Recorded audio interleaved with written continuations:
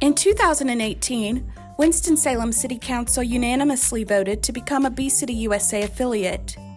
Bees and other pollinators have experienced population declines due to a combination of habitat loss, use of pesticides, and the spread of pests and diseases. The mission of Bee City USA is to galvanize communities to sustain pollinators, responsible for the production of 90% of the world's wild plant species.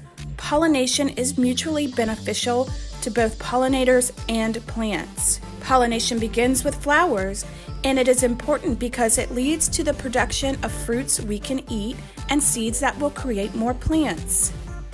North Carolina alone has more than 500 species of native bees and thousands of species of native pollinators. It's important to remember that pollinators need water as well. Here's a simple activity that you can do at home to help pollinators. All you need is a shallow pan, rocks, and some water. Pollinators can land on the rocks and easily get a sip of drink. Remember to change the water every few days so you avoid mosquito larvae.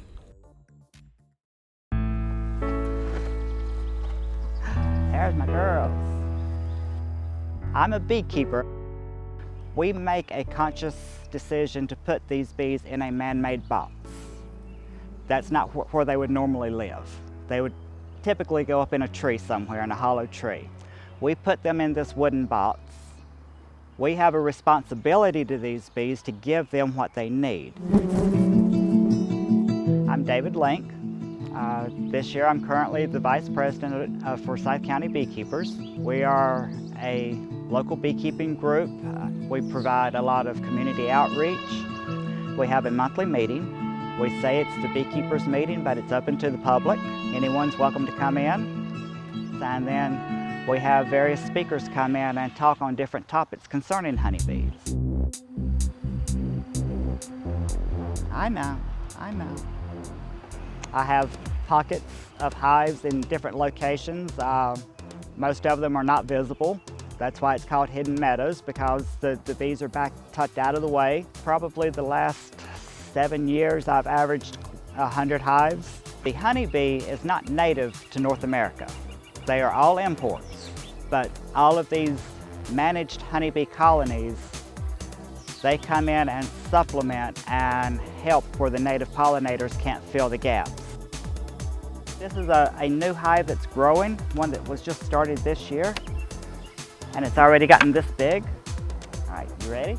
When I open a hive, I am looking for evidence of my queen. Without my queen, my hive is dead. So I come in and I look for evidence of my queen. Evidence of my queen is the eggs. I wish you could get down in there. Mama has laid on this frame and it's full of eggs. If you can get down in those cells, you'll see a little tiny grain of rice, and those are the eggs that she has laid. That tells me that Mama was on that frame somewhere within the last 3 days, because when she lays an egg, it remains an egg for 3 days, and then the shell of the egg will dissolve and it becomes a larva.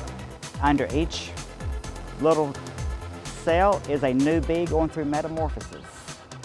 All of the larvae, the white larva over here, all the way to the outside, these are new bees that are being fed the brood food. Brood food is different from the royal jelly. It's less nutrients. It's what the workers get. These bees are working in cohesion. There's enough queen pheromone to keep everyone going, and everyone is doing their job to eat and mate. That's all the males do. That's all your drones do. Right here's a great big drone too. Great big bulbous eyes. His eyes are much bigger than the workers because he's got to be able to see that queen when she flies past his congregation area.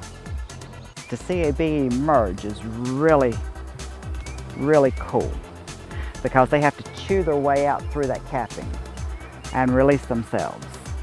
Right here is a brand new bee being born from under the wax. See how it's eating his way out? She has gone through metamorphosis. Hang on, honey. There we go. Watch her come out. Well, you would think it would be really chaotic inside the hive, but the bees have a job. Every bee inside that hive has a job that it's performing. And to go in and just pull frames and see what is going on, the world stops around you.